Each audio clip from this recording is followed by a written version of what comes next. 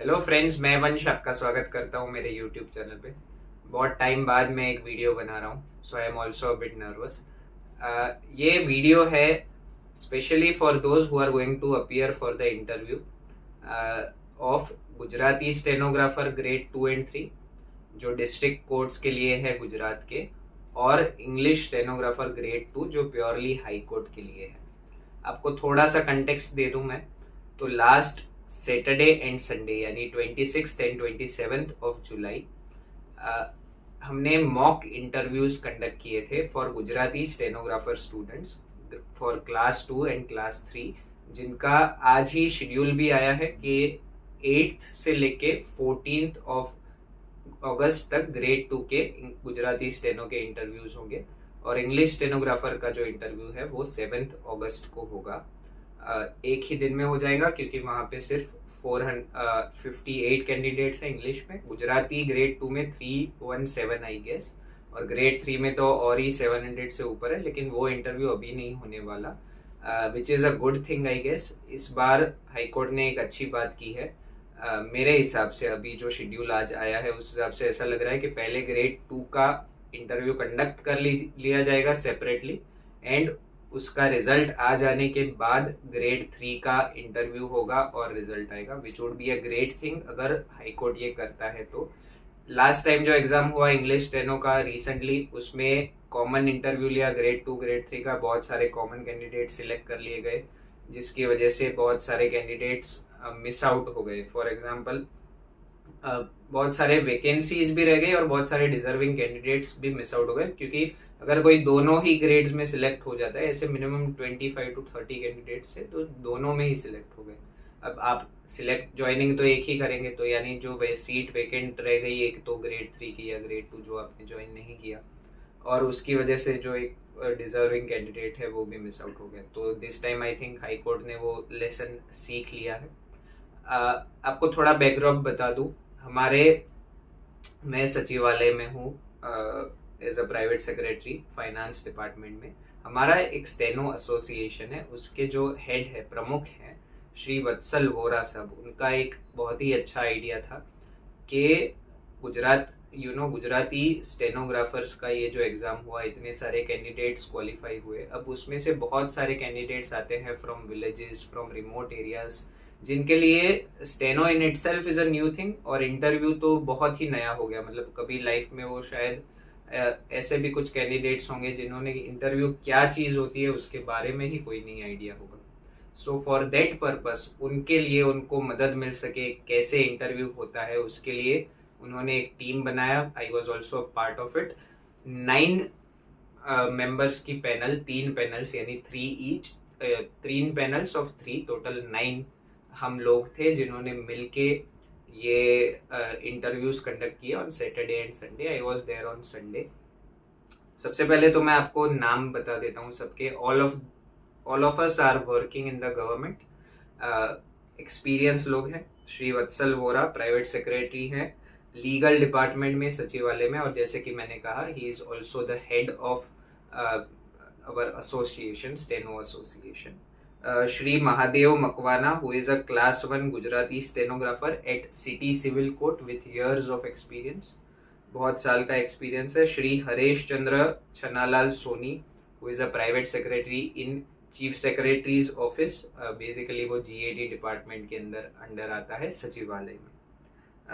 Miss Shrimati Geeta ben Jadav, who is a PS Gujarati private secretary directorate of agriculture में, again very experienced.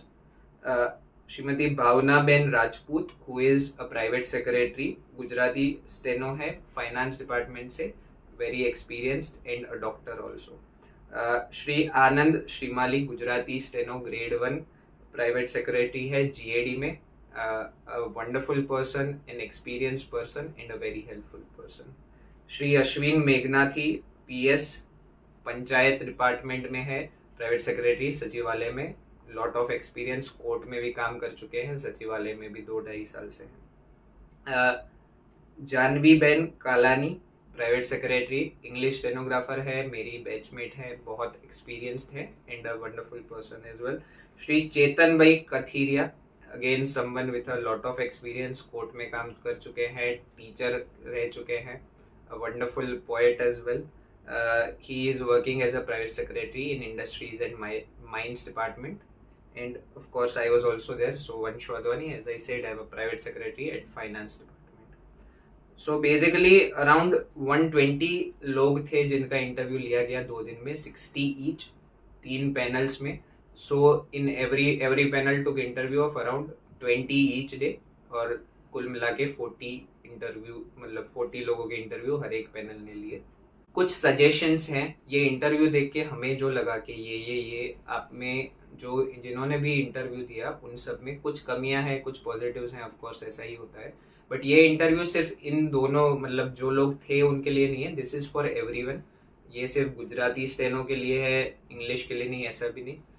I think सिर्फ steno के लिए नहीं है, तो कोई भी आप इंटरव्यू देते हैं उसमें कुछ ऐसे कॉमन पॉइंट्स है जो आपको ध्यान में रखने चाहिए. So because the interview was for Gujarati stenographers, उस दिन गुजराती स्टेनोग्राफर्स थे. सो मैं गुजराती और हिंदी दोनों का ही और बीच बीच में इंग्लिश का भी यूज करूंगा. कुछ पॉइंट्स जो निकल के आए हैं वो ही आपके साथ हम डायरेक्टली शेयर करेंगे, जिससे आपको क्या इम्प्रूवमेंट करना है, कौन से आपके वीक पॉइंट्स हैं वो आपको पता चलेंगे. सो आई विल बिगिन. सबसे पहले तो વિદ્યાર્થીઓ પ્રથમ વાર જ ઇન્ટરવ્યુનો સામનો કરતા હોવાથી થોડા કે વધતા અંશે દબાણ હેઠળ હતા. આ દબાણના કારણે જવાબ આવડતો હોવા છતાં જવાબ આપી ન શક્યા. अब ये बहुत अच्छी पॉइंट है, ये मैंने भी नोटिस किया कि फॉर मेनी, बहुत लोग पहली बार ही अपने लाइफ में ऐसे सामने आपके 3 लोग बैठे हैं, आपको क्वेश्चन कर रहे हैं, आपको आंसर करना है. तो पहली बार जब आप इंटरव्यू देते हैं तो इट्स ऑब्वियस कि आप में के अंदर नर्वसनेस होगी, और यही चीज को दूर करने के लिए आपका ये मॉक इंटरव्यू भी लिया गया था. लेकिन हाउ टू सॉल्व इट है ना, ये चलो आप नर्वस हो गए, अब आपको तो रियल इंटरव्यू भी फेस करना है. So for that you have to be prepared. डर को कैसे कम करें, कैसे इसको नेक्स्ट टाइम आपका जब मेन इंटरव्यू है उसमें ना हो, उसके लिए एक छोटा सा સોલ્યુશન भी हमारे वत्सल साहब ने दिया है. જ્યારે પણ ઇન્ટરવ્યુમાં દબાણ અનુભવો ત્યારે જવાબ આપતા પહેલા 2 થી 3 સેકન્ડ ઊંડા શ્વાસ લો અથવા રાહ જુઓ અને વિચારો. જો જવાબ પૂરેપૂરો ન આવડતો હોય તો ખ્યાલ નથી એમ જ જવાબ આપવો જોઈએ. सी बहुत बार क्या होता है, हम बहुत ही क्विकली આન્સર દેના ચાહતે हैं, તરત જ મારે જવાબ આપી દેવો છે. પણ તમને જો જવાબ નથી આવડતો તો સૌથી પહેલા તો 1 કે 2 સેકન્ડ, ચલો જવાબ સાંભળી લીધો, તરત જ જવાબ આપવો જરૂરી નથી. 2 સેકન્ડ 3 સેકન્ડ તમે ઊંડા શ્વાસ લો, વિચારો અને પછી જવાબ આપો. અને જો નથી જ આવડતો, अगर आपको आंसर नहीं ही आता है, then what you have to do is politely बता दीजिए कि मुझे नहीं आता ma'am, I am sorry, rather than उसको गोल मलोड़ के ऐसे ऐसे करके उत्तर देना. तो वो सामने वाला भी समझ जाता है कि इस इंसान को ये चीज का आंसर नहीं पता है. So it is better to you know be honest in such scenarios. दूसरी चीज जो देखी गई, साचा जवाबना अभावे अर्धो ज जवाब आपीने अटकी जता था. बोलना स्टार्ट कर दिया, थोड़ा बहुत बोल भी लिया, लेकिन फिर याद नहीं आ रहा है, थोड़ा इश्यू आ रहा है तो अटक जाते थे. अब अटकना is not a good thing. हाँ, 1-2 सेकंड का पॉज ले लिया, लेकिन आप फिर 5 सेकंड 10 सेकंड तक कुछ ही नहीं बोल रहे, तो that gives a very bad impression. ऐसा बिल्कुल नहीं करना है. अब उसके लिए क्या सॉल्यूशन कर सकते हैं, साचो जवाब आखो ना आवड़तो है तो एनाथी उत्तम छे ना पाड़वी. Very important. जैसे कि कहा, अगर नहीं आता है तो बता दीजिए कि नहीं आता है. अन्यथा अर्धा साचा जवाबना कारणे बीजा प्रश्न उभा थई शके छे. अगर आप थोड़ा कुछ बोल दिया, आधे में अटक गए, तो it gives birth to more questions, तो वो फिर आप उसमें फंसते चले जाएंगे. सो बेटर इज, नहीं आता है तो बी ऑनेस्ट कि नहीं आता है. फिर एक और इश्यू जो देखा गया, ગભરાટના કારણે જવાબ આપવાને બદલે રિકોલ નથી થતું એવા જવાબો આપતા હતા. मतलब sorry I am not able to recall, sorry मुझे अभी याद नहीं आ रहा है, मैंने અત્યારે याद નથી, હું रिकॉल नहीं કરી શકતો. 1 या 2 जगह आप रिकॉल नहीं कर पा रहे, इट इज अंडरस्टैंडेबल. लेकिन अगर आप बार बार यही बोल रहे हैं कि मैं रिकॉल नहीं कर पा रहा हूँ, इट मीन्स आप अपनी ही मेमोरी पे सवाल उठा रहे हैं कि आपने ये चीज पढ़ी हुई है बट आप रिकॉल नहीं कर पा. सो अगेन, 1 बार बोल दिया इंटरव्यू में, मैक्सिमम 2 बार, फिर उसके बाद भी आप यही बोल रहे हैं कि रिकॉल नहीं कर पा रहा हूँ, रिकॉल नहीं थतु, तो वो गलत चीज है, એવું ના કરવું જોઈએ. उसका क्या સોલ્યુશન है? ગભરાટના કારણે જવાબને ટાળવાની કોશિશ ના કરવી જોઈએ. એના કરતા 2-3 સેકન્ડ રાહ જોઈ વિચારીને ગભરાટ ઓછો થાય એમ જવાબ આપો. कई बार क्या होता है कि हमें आंसर पता है लेकिन बिकॉज वी आर अफ्रेड हम भूल गए और हम ऐसा बोलते हैं रिकॉल नहीं कर पा रहे. अगर आपको सीरियसली अगर आपने वो पढ़ा है 2-3 सेकंड का वेट ले लीजिए, पॉज कर लीजिए, आपको वो चीज़ याद आएगी अगर सही में पढ़ा है तो, है ना. तो वो थोड़ा आप काम डाउन हो जाएंगे तो ऑटोमेटिकली आपको आंसर आएगा. तो 2-3 सेकंड पॉज करके देख लीजिए आंसर आता है तो, नहीं आता है तो हम्बली डिनाई कर लीजिए. फिर एक और चीज, सिचुएशन बेस्ड प्रश्नों में વધારે प्रेशर अनुभवता था. सिचुएशन बेस्ड जो क्वेश्चंस थे उसमें देखा गया कि कैंडिडेट्स बहुत ही प्रेशर में आ जाते हैं. ऐसा होना नहीं चाहिए because situation based is where you can score and where you can show your real personality. अब उसका सोल्यूशन क्या करेंगे? सिचुएशन बेस्ड પ્રશ્નોમાં જ્યારે તમારી પાસે સામે પરિસ્થિતિ મૂકવામાં આવે ત્યારે તમે એનું એનાલિસિસ કરો અને આદર્શ સ્થિતિ કરતા વ્યવહારુ અભિગમ મુજબ निर्णय લઈને જવાબ આપવો જોઈએ. कई बार आपको कुछ क्वेश्चन पूछ लिया, अब आप उसमें most ideal thing to do बोलते हैं, जनरल टेंडेंसी ऐसी होती है, but at the same time you should keep in mind कि क्या वो चीज़ प्रैक्टिकल है कि नहीं. सिर्फ आइडियोलॉजिकल बात करना इज नॉट नेसेसरी. प्रैक्टिकली वो चीज़ आप करेंगे उस टाइम पे ऐसा आंसर देना है. वो आपको प्रैक्टिकल सिचुएशन बता रहे हैं, ना ही आइडियल सिचुएशन. પરિસ્થિતિમાં તમે કેવી રીતે સામનો કરો છો એ ચકાસવા જ આવા પ્રશ્નો પૂછાય છે. પરિસ્થિતિ આધારિત પ્રશ્નોમાં પેનલને સારું લગાડવાના આદર્શ જવાબો આપવાનું ટાળવું જોઈએ. आप वहाँ पे उनको अच्छा लगाना नहीं चाहते. That is not the aim. The aim is कि प्रैक्टिकली आपके सामने ये सिचुएशन आई, आप as your personality what are you going to do. પણ આ જવાબો આપતા વખતે પ્રામાણિકતા, ચારિત્ર જેવા પાસાઓ સાથે ક્યારેય સમાધાન ન કરી શકાય એ પણ વિચારીને જવાબ આપો. हाँ, ये चीज़ है कि प्रैक्टिकल मतलब इतना ही प्रैक्टिकल नहीं कि आपका जो प्रिंसिपल्स है, वैल्यूज़ है, उसको आप साइड में रख के कि हाँ हाँ मैं ऐसे कर लूँगा, नहीं. Practical while living with your values. ऐसा नहीं कि आपने अपना ऑनेस्टी कॉम्प्रोमाइज कर दिया, आपने अपना इंटेग्रिटी कॉम्प्रोमाइज कर दिया, ऐसा आंसर दे दिया, वो भी अगेन नेगेटिव हो जाता है. तो आ वस्तु ध्यान रखवा जेवी છે. एक और चीज जो देखी गई, પોતાના ગ્રેજ્યુએશનના વિષયમાં ખૂબ ઓછું જ્ઞાન ધરાવતા હોવાનું જણાયું. ખાસ કરીને માત્ર 5 થી 8 વર્ષ પહેલા જ ગ્રેજ્યુએશન પૂર્ણ કરેલ હોય છતાં પણ જવાબો આપી ન શકતા. हाँ, ये बहुत बड़ा इशू है. आपने ग्रेजुएशन जिस सब्जेक्ट में किया है उसके रिगार्डिंग आपको क्वेश्चन पूछे जाने के चांसेस कोई भी इंटरव्यू में हाई होते हैं.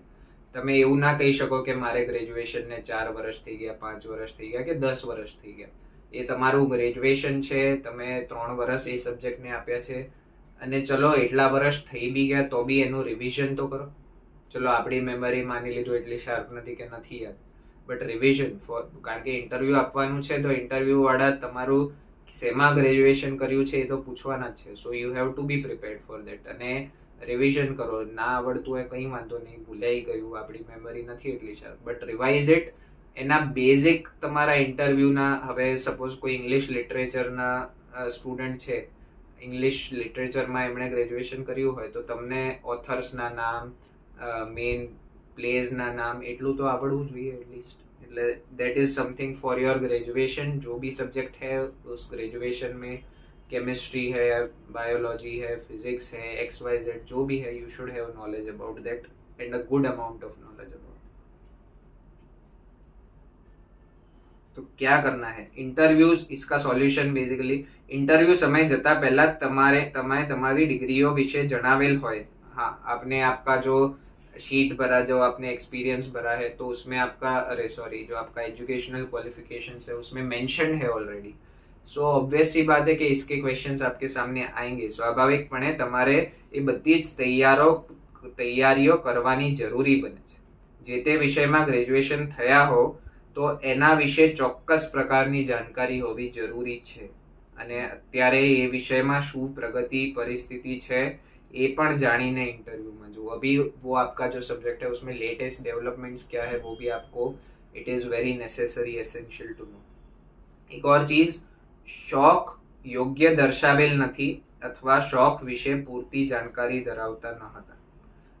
ये जो इंटरव्यू हुआ उसके पहले हमने उन सबको जो भी कैंडिडेट्स थे उनको एक फॉर्म दिया कि आप ये फॉर्म फिल करके आइए. उसमें उनका बेसिक नेम, कहाँ रहते हैं, ये वो, उसके साथ साथ आपके हॉबीज़ क्या है, आपके स्ट्रेंथ्स क्या है, वीकनेसेस क्या है, सो दैट उनको थोड़ा बहुत आइडिया आ जाए कि कैसे कैसे क्वेश्चंस पूछे जाते हैं. तो इसमें से बहुत सारे कैंडिडेट्स ने जो शौक लिखा कि मेरा ये हॉबी है, उसके रिगार्डिंग શોખમાં મોટા ભાગે કુકિંગ લખેલું અથવા તો ટ્રાવેલિંગ કે પ્રાકૃતિક વાતાવરણમાં ફરવું કે ક્રિકેટ જોવું, સંગીત માણવું, આવું જોવા મળ્યું.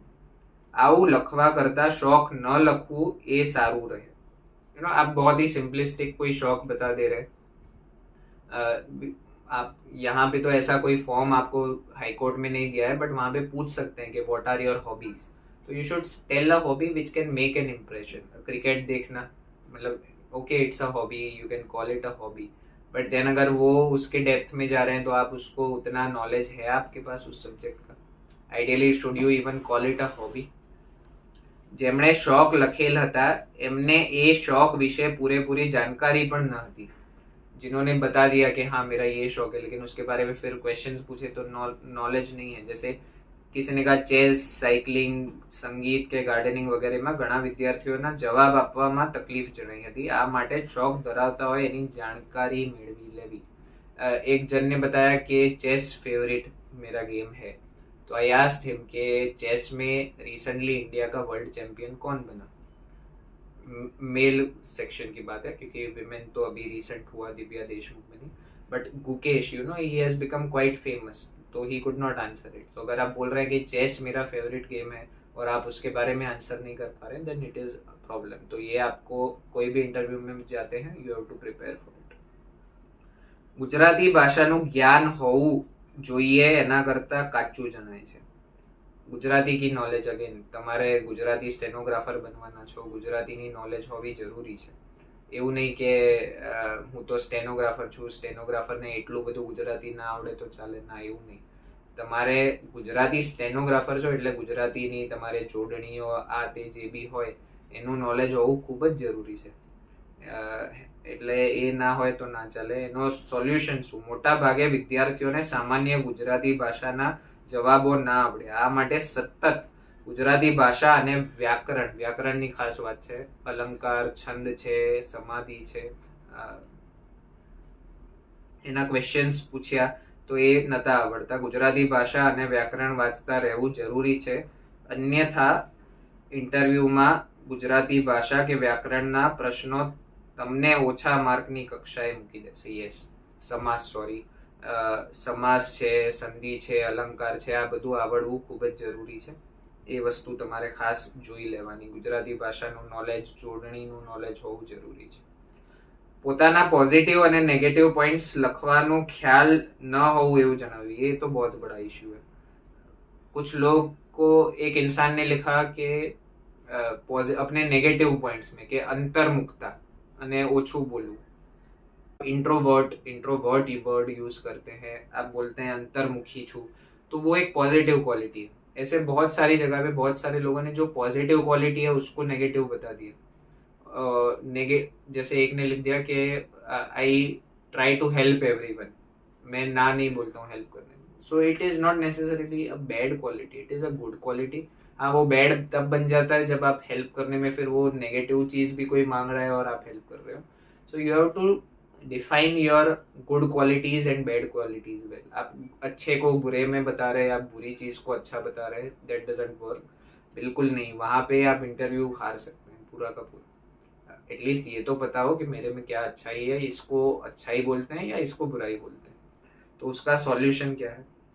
ઘણા વિદ્યાર્થીઓને પોતાના નેગેટિવ પોઈન્ટ્સ લખ્યા એ ખરેખર પોઝિટિવ હતા, પણ એમને ખ્યાલ જ ન હતો કે આ કઈ રીતે નેગેટિવ ગણાય. આ માટે તમારે જીવનમાં કયા ગુણો તમને પાછળ પાડે છે કે નિષ્ફળ બનાવે છે એના ઉપર સતત વિચાર કરીને આ પોઈન્ટ્સ ઇન્ટરવ્યુ સમયે કહેવા. अन्यथा આમાં પણ નેગેટિવ માર્કિંગ થઈ શકે. Definitely you have to think कि मेरे में क्या पॉजिटिव है, क्या नेगेटिव है, फिर आप आंसर करिए, ऐसे ही नहीं. और ये तो बेसिक क्वेश्चन है, ये पूछे जाते हैं, तो इसके लिए तो वेल प्रिपेयर्ड होके जाना कोई बड़ी बात नहीं है. रोजिंदा समाचार वांचवाना अभावे जीके नबड़ू जणाय छे। हाँ, ये बहुत बड़ा इशू है।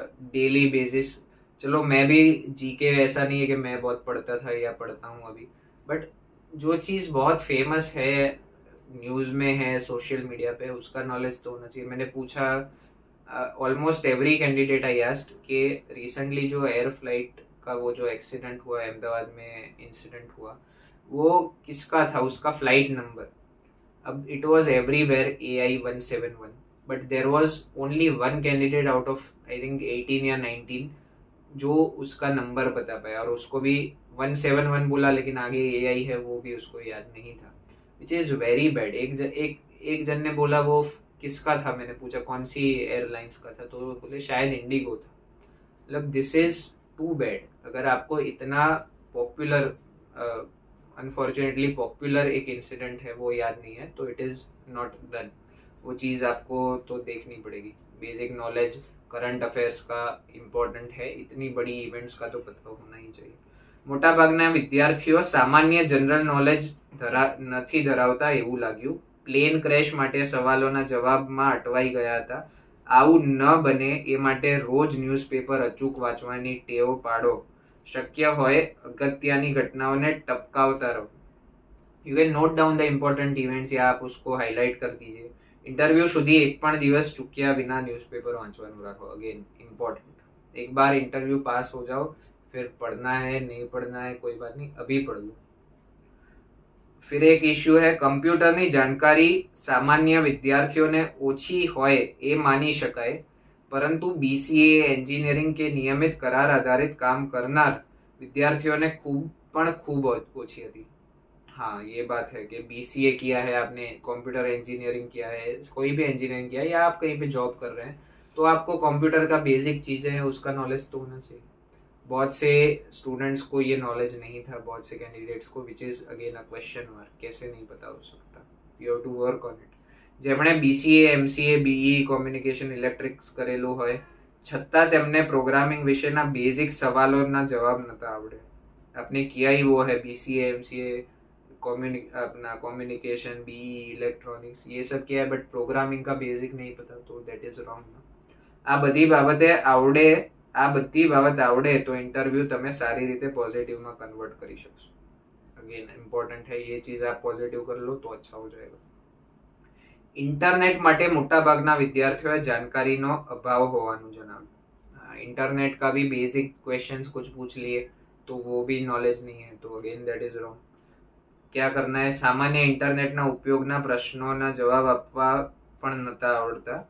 एना माटे इंटरनेट खोलीने विविध साइट्स के सोशल मीडिया उपयोग करता समय ऑन स्क्रीन जोईने शीखवानुं चालू करी दो। सिर्फ स्क्रॉल कर रहे हैं, ये वो कर रहे हैं, but how do this things actually work, उसके बारे में नॉलेज आपको गेन करना पड़ेगा। घણા વિદ્યાર્થીઓ પ્રશ્ન પૂછ્યા બાદ ફરીથી પૂછતા હતા અથવા તો पूछेलो प्रश्न पोते रिपीट करीने पैनल में पूछता था। क्वेश्चन पूछ लिया आपको, उसके बाद आप वापस से वो क्वेश्चन इंटरव्यू पैनल को पूछ रहे कि आपने ये पूछा। That shows lack of concentration, that shows lack of respect. कि इंटरव्यू, अभी आपका इंटरव्यू तो जजेस लेंगे, उन्होंने कुछ क्वेश्चन पूछा, आप उनके सामने वो क्वेश्चन रिपीट कर रहे, that leaves a very bad impression. आपने एक बार में ही सुन लेना है क्या क्वेश्चन है। हाँ, आप उसके बारे में सोच रहे हैं इसलिए आई थिंक लोग वो क्वेश्चन रिपीट करते हैं, but that's not how it works. आपको रिपीट नहीं करना है, टेक 2-3 सेकेंड्स, लेकिन सामने आप उसको क्वेश्चन पूछोगे तो वो तो बहुत ही मतलब गलत हो जाएगा। क्या करना है इसके बारे में, आ स्थिति बनी शके टाड़ी देजो, टाड़ी दो, आ वस्तु करवानी नहीं, अन्यथा तमारा मार्क्स कपाशे एवी वधारे शक्यता छे। पेनल द्वारा प्रश्न पूछाय त्यारे घणा विद्यार्थीने ए ज सवाल छे एवी खातरी करवा फरीथी पूछता जोवा मळ्या। आ स्थिति टाळवा माटे तमारे शक्य एटલું नजीक बेसવું अथवा તમારું પૂરું फोकस पैनलना सभ्य ऊपर रखवानुं रहेशे। अब वहां पे तो आप नजदीक तो नहीं जाते क्योंकि वहां पे तो आपका सीट फिक्स है। So what you have to do is आपका फोकस जो है that should be constantly and entirely on the interviewer. પોતાના વતનના જિલ્લા અથવા વસવાટ કરતા હોય એ જિલ્લાનું પણ જ્ઞાન ખૂબ જ ઓછું જણાય છે। आप जिस सिटी से आते हैं, जहाँ से आप बिलोंग करते हैं वहाँ का नॉलेज भी बहुत से लोगों को कम है। That should never happen. आपके सिटी में कौन सी अच्छी चीज़ें देखने लायक है, आपकी सिटी से क्या फेमस है, आपके सिटी में कौन कौन ऐसे great people have been there, किनका जन्म हुआ, तो वो चीज़ का नॉलेज होना बहुत ज़रूरी है। क्या करना है, પોતાના વતનના જિલ્લા કે વસવાટના જિલ્લા વિશે ઓછું જ્ઞાન ધરાવે છે, આ માટે क्या करें, शनि रविમાં લોકલ ગામ લોકો સાથે સંવાદ કરીને જાણી શકો કે તમારા જિલ્લાની વિશેષતા શી છે, તો જિલ્લાને લગતા જવાબોમાં તકલીફ નહીં પડે। हाँ, आप you can talk to people. हम क्या है, हम तो we are constantly on the phone, हमें तो ये सब चीज़ें नहीं सूझती है कि किसी से बात करें, किसी से we never discuss our own cities ना, सिटी हो या विलेज हो, हम दुनिया भर की बातें कर लेते, ये नहीं करते, तो ये करना चाहिए। एक और इश्यू, महिला विद्यार्थी फॉर फीमेल्स एस्पेशली अमुक समय जे जवाब आपવો જોઈએ એનાથી વધારે લંબાણપૂર્વક જવાબ આપતા હતા। આ વસ્તુ તો ઇન્ટરવ્યુમાં ની લાઈફમાં જ જનરલી થતી હોય છે फीमेल સાથે ખાસ। जो क्वेश्चन पूछा है उतना ही आंसर दीजिए, उसके ज्यादा आगे बोलते जा रहे यू आर एडिंग ट्रबल, क्योंकि अब उसको एलाबरेट करने को आपका बोला नहीं गया है, अब उसको और लंबा कर रहे हैं, दिक्कत होगी। क्या करना है, घણા મહિલા વિદ્યાર્થીઓ પોતાના જવાબ જે સવાલ પૂછવામાં આવ્યો ન હોય એના પણ જવાબ સાથોસાથ આપતા હતા। આની કોઈ આવશ્યકતા નથી। જો પૂછાઈ નહીં ગયા उसका आंसर नहीं देना है सामने जाके। આમાં તમારું નેગેટિવ માર્કિંગ થઈ શકે છે। તમને જે સવાલ પૂછાય એનો જ માત્ર જવાબ આપવાનો રહે છે, બાકી તો જવાબ જાણવો હશે તો તમને જરૂર પૂછશે, પૂછા नहीं है तब तक सामने जाकर के आंसर देने की जरूरत नहीं। आम करवाથી અકારણ घबराहट के प्रेशर ઊભું नहीं થાય અને વધારે સ્વસ્થ રહી શકશો। जितना पूछा उतना आंसर किया, खत्म हो गया, उसके आगे क्यों जाने। एक और चीज, महिला विद्यार्थी अमुक समय जवाब આપ્યા બાદ પોતે હાસ્ય करता હોય હતા જે ન હોવું જોઈએ। मुझे एक सीन याद आ गया, एक फीमेल है, उन्होंने आंसर देते देते हंस रहे। इट शुड नॉट हैपन, ये अच्छा नहीं दिखता है। आपके सामने जजेस है या कोई भी है, आपका इंटरव्यू ले रहा है, तो आपको इस तरीके से नहीं बिहेव करना है कि हाँ ठीक है, आपका वो नेचर हो सकता है जॉली नेचर, बट नहीं, आप एक इंटरव्यू में है, उसका डेकोरम मेंटेन करना इज नेसेसरी। તમે પોતે જ જવાબ આપો અને હસો, એ નેગેટિવ માર્કિંગમાં જાય ડેફિનેટલી। આ માટે જવાબ આપીને આપણે રાહ જોવાની રહે, મેન્ટેન અ કામ પોસ્ચર। એક ઓર ચીજ, ઘણા વિદ્યાર્થીઓ પ્રશ્ન સાંભળીને ઉત્સાહમાં જવાબ આપવાનું ચાલુ કરીને પછી ખ્યાલ નથી કે અત્યારે યાદ નથી આવતું એવા જવાબો આપ્યા। हाँ, ये इश्यू है कि पहले तो स्टार्टिंग में बोल ऐसे उत्साह में आ गए, आप एक्साइट हो गए, पर फिर अटक गए, फिर नहीं आता है वो इश्यू, तो उसके बारे में क्या करें। अधूरी जानकारी आ स्थितिનું નિર્માણ કરે છે, અથવા તો આજે સટાકો કરી દઉં એવી બાબતથી પેનલમાં ઉત્સાહ જવાબ આપવાનું ચાલુ કરે છે। આ ઝડપથી સાંભળવાની ટેવ વાળા મોટે ભાગે હોય છે, જેના કારણે ઉતાવળમાં જવાબ ખોટો અપાઈ જવાની शक्यता है। ऐसा होता है ना कि आज तो इम्प्रेस कर देता हूँ इसका जवाब देके, बट फिर बोलते बोलते पता चलता है ये तो आता ही नहीं है। तो ये चीज़ नहीं होनी चाहिए। आप शांति से सुन लीजिए, તમે શાંતિથી સાંભળો, વિચારો અને પછી જવાબ આપો, એમાં કંઈ નુકસાન નથી। હા, ઘણા વિદ્યાર્થીઓ પ્રશ્ન સાંભળીને તરત જ જવાબ આપવાની ઉતાવળ કરતા જોવા મળ્યા છે, જેના કારણે જવાબો ખોટા અપાય। अगेन सेम थिंग, वही बात है कि बहुत उतावल में आंसर दे दिया, क्वेश्चन ठीक से सुना ही नहीं तो किसी और चीज का ही आंसर दे रहे हैं, ये नहीं होना चाहिए। સવાલને બરાબર રીતે સાંભળ્યા વિના જવાબ આવડતો હોય એવા દેખાવ માટે આ કારણભૂત બને છે। સવાલ શાંતિથી સાંભળીને જ યોગ્ય જવાબ આવડતો હોય तो આપવાનો પ્રયાસ करो। ठीक से सुनो, उसका आंसर आता है तो आंसर दीजिए, नहीं तो रहने दीजिए। तो ये तो हमारे वत्सल सर ने जो मेन 17 पॉइंट्स बताए थे उसका और उसका सॉल्यूशन क्या है वो हमने आपको बताया। इसके अलावा भी सारे ही पैनलिस्ट ने कुछ ना कुछ पॉइंट्स बताए हैं। बहुत सारे मेजर पॉइंट्स तो इसमें कवर हो गए, लेकिन कुछ पॉइंट्स है जो मुझे लगता है अगर नहीं आए हैं तो वो मैं फिर आपके सामने रख देता हूँ कि क्या क्या इश्यू हो सकते हैं। अगेन ये तो बात बताया, ग्रेजुएशन किया हो जो भी आपने ग्रेजुएशन किया है उसका नॉलेज आपको होना ही चाहिए. અગેન પોઝિટિવ અને નેગેટિવ ફેક્ટર્સ લખ્યા હોય અને જસ્ટિફાઈ નથી કરી શકતા. जो आपने पॉजिटिव लिखा नेगेटिव लिखा उसको आप जस्टिफाई नहीं कर पा रहे क्योंकि आपने सोच समझ के लिखा ही नहीं. तो वो चीज़ आपको देखनी है. वहाँ पे ऑफकोर्स आपको ये फॉर्म तो नहीं दिया जाएगा बट आपको पूछ सकते हैं what are your positive things, what are your strengths, what are your weaknesses. तो उसके बारे में आप प्रिपेयर्ड होने चाहिए. जीके करंट अफेयर्स एंड કોમ્પ્યુટરની ઉપર છેલ્લી માહિતી છે. अगेन एज पहले भी बोला कि GK current affairs and computer ये तीनों चीज आपकी स्ट्रॉन्ग होनी चाहिए.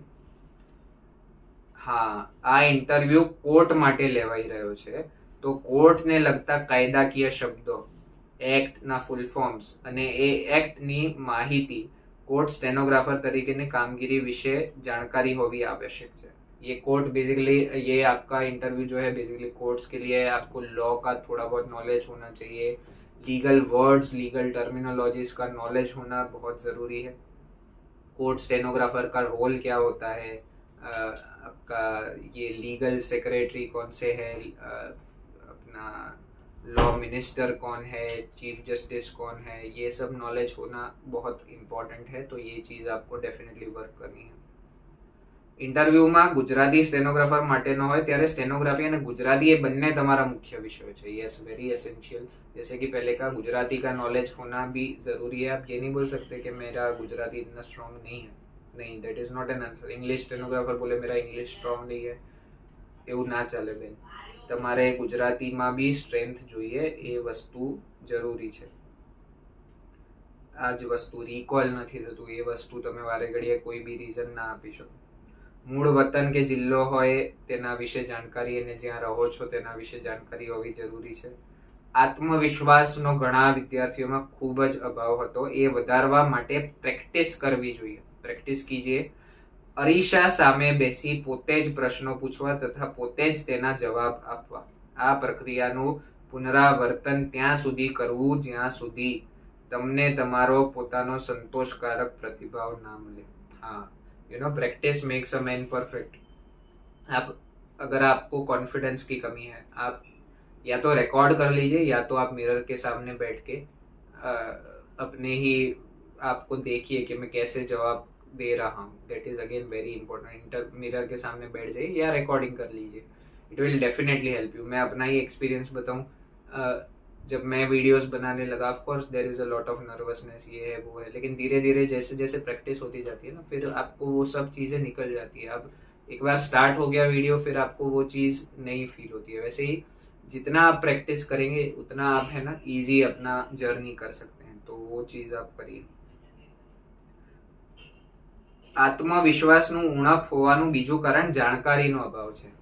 લેક ઓફ નોલેજ है इसलिए कॉन्फिडेंस भी कम होता है. Both are interrelated. Confidence तब आएगा जब नॉलेज होगा.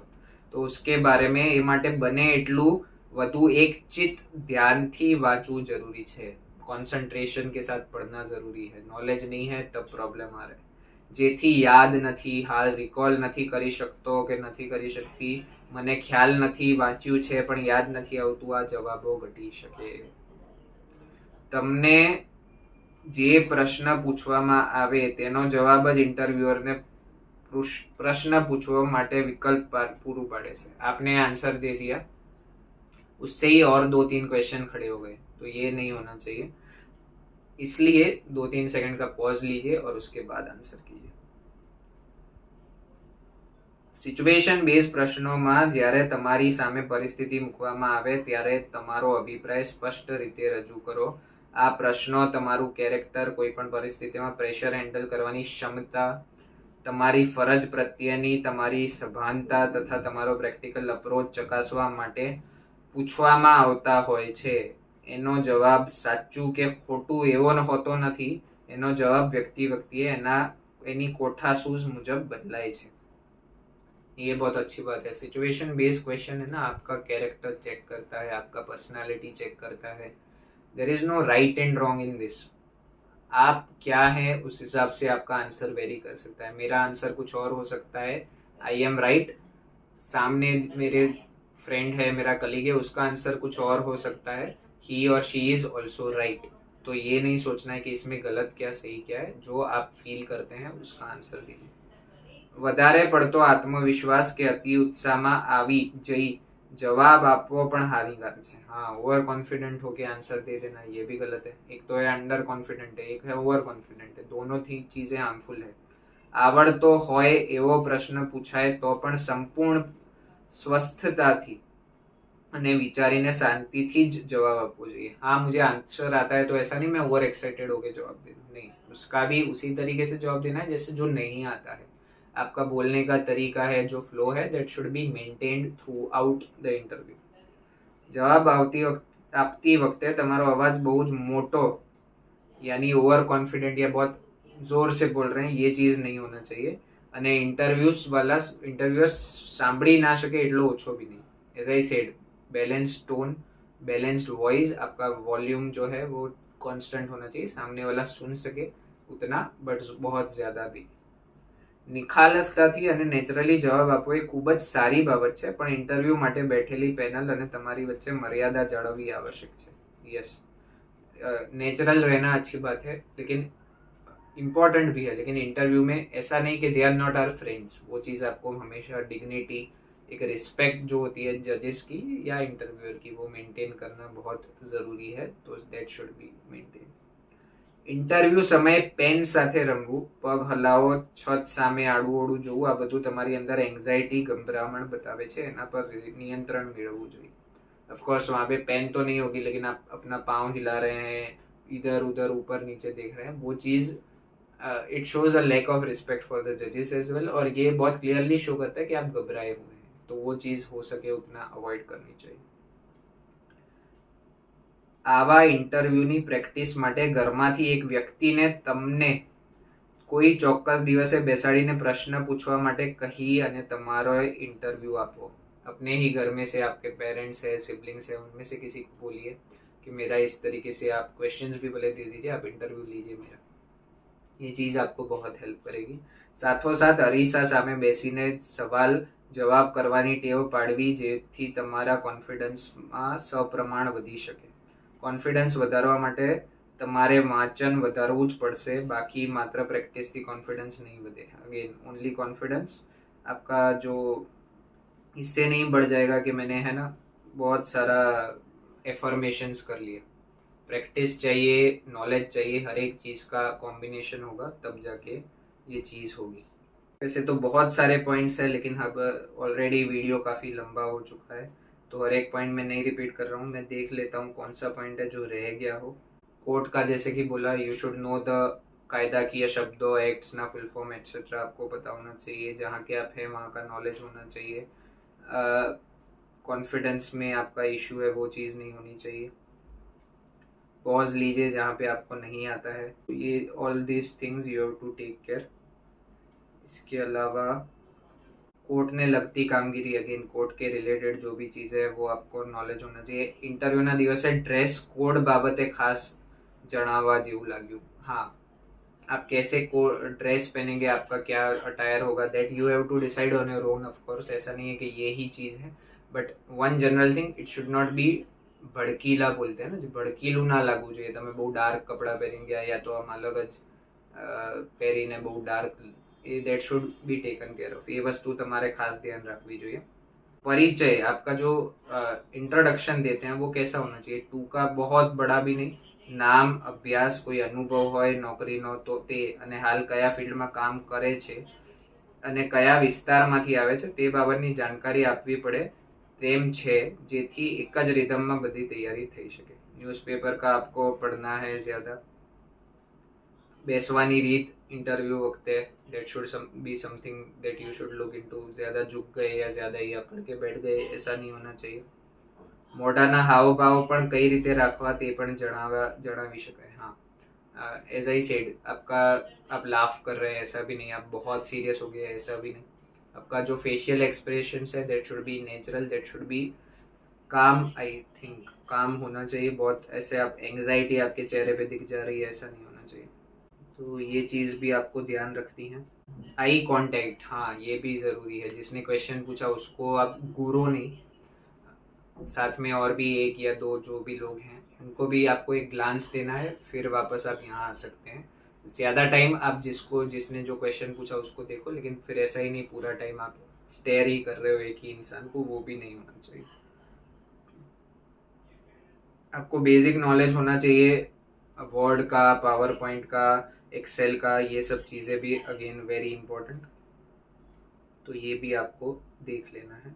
अगेन ये भी एक पॉइंट जो बार बार रिपीट हो रहा है कि ठीक से क्वेश्चन सुनने से पहले ही आंसर देने लगते हैं, तो ये चीज़ नहीं होना चाहिए। कोर्ट में जो काम कर रहे हैं, कोर्टમાં કામગીરી કરતા ઉમેદવારોમાં कोर्टના જ્ઞાનની અછત છે। आप कोर्ट में हैं, सालों से काम कर रहे हैं, लेकिन आपको वहाँ का ही नॉलेज ठीक से नहीं है, तो ये चीज़ गलत है। आपको अपने कोर्ट का नॉलेज तो बिल्कुल होना ही चाहिए। અરજી ફોર્મમાં ભરેલ હોય તે સાચી માહિતી જ આપવી જોઈએ, એ સિવાયની બાબતો टाळवी જેથી मुश्किल प्रश्नों घटाड़ी शकाय।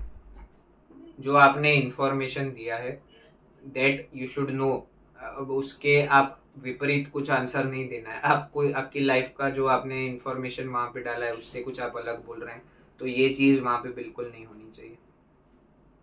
ઓફિસની રોજબરોજની કામગીરી, સમય મર્યાદાની કામગીરી સરળતાથી ઝડપથી કરી શકાય તે માટેની તૈયારી જરૂરી।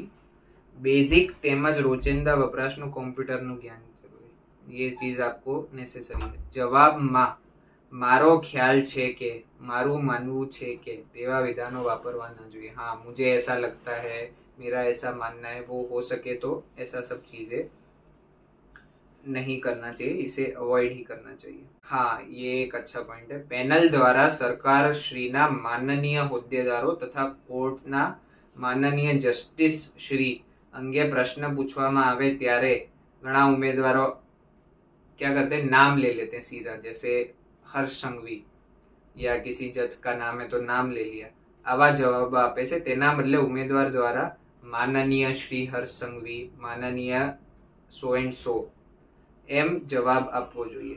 उनको जो respect, they deserve the respect.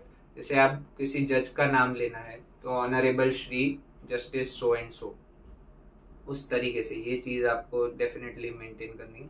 Panel દ્વારા કોઈ સંસ્થાના નામ અંગે પ્રશ્ન પૂછવામાં આવે ત્યારે ઘણા ઉમેદવારો GSSB કે ગૌણ સેવા આવા જવાબો આપે છે, તેના બદલે ઉમેદવારો દ્વારા ગુજરાત ગૌણ સેવા પસંદગી મંડળ એમ જવાબ આપવો જોઈએ। मतलब कोई भी इंस्टीट्यूशन है, ऑर्गेनाइजेशन है, उसका आप पूरा नाम लेंगे तो it shows a sense of dignity and respect, और वो चीज़ आपके लिए एक अच्छा काम कर सकती है। ઘણીવાર પેનલ દ્વારા એકદમ સહેલો પ્રશ્ન પૂછવામાં આવે ત્યારે ઘણા ઉમેદવાર હસીને કે મોં બગાડીને જવાબ આપે છે। હકીકતમાં આ પ્રશ્ન ઉમેદવારના હાવભાવ જાણવા માટે પૂછવામાં આવે છે, શાંતિથી જવાબ આપવો જોઈએ। यस, ये चीज़ अच्छी है, ये पॉइंट अच्छा है कि आपको कोई क्वेश्चन इजी पूछ लिया तो आप ऐसे अरे ये क्या, नहीं, every question is asked for a reason, आपको उसका रिस्पेक्टफुली आंसर करना जरूरी है।